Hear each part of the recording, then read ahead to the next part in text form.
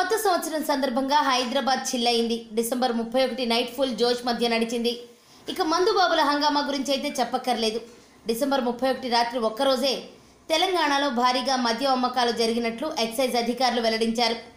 ఆదివారం రాత్రి ఒక్కరోజే 19 ప్రభుత్వ డిపోల నుంచి 1,30,000 కేసుల లిక్కర్, 1,35,000 కేసుల బీర్ల అమ్మకాలు జరిగినట్లు తెలిపారు. మొత్తం డిసెంబర్ 31 రోజు 125 కోట్ల ఆదాయం వచ్చిందట.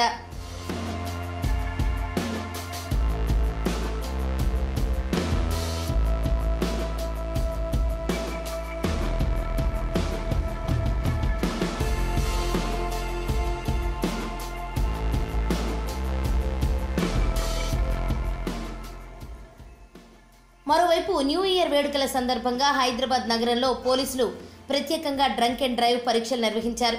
రాత్రి 8 గంటల నుంచే తనిఖీలు జరిగాయి. అయితే ఈ తనిఖీల్లో పలువురు మందుబాబులు తాగి వాహనాలు నడుపుతూ పోలీసులకు దొరికిపోయారు. అయితే పాత బస్తీలో ఓ మందుబాబు రెచ్చిపోయాడు. డ్రంక్ అండ్ డ్రైవ్ పరీక్షలు నిర్వహించిన పోలీస్ సిబ్బందిపై దాడికి పాల్పడ్డాడు.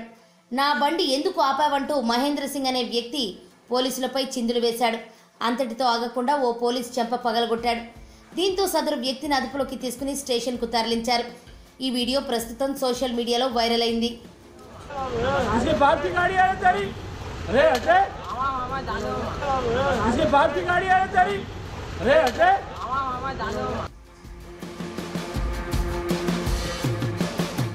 ఇక జీడిమెట్ల పరిధిలో మరో మందుబాబు అయితే ఏకంగా రోడ్డు మీద పడుకుని నానా హంగామా చేశాడు.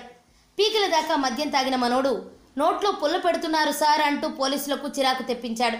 తాను తాగి బండి నడపలేదంటూ డ్రంక్ అండ్ డ్రైవ్ టెస్టులు చేస్తున్న పోలీసులతో గొడవకు దిగాడు.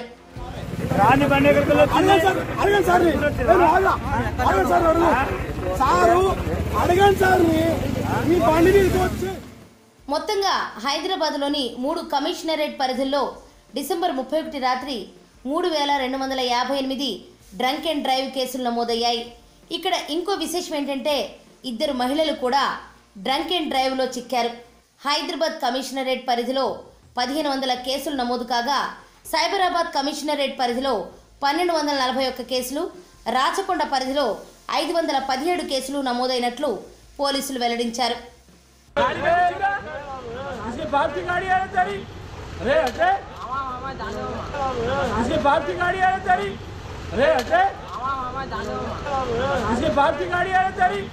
अरे अजय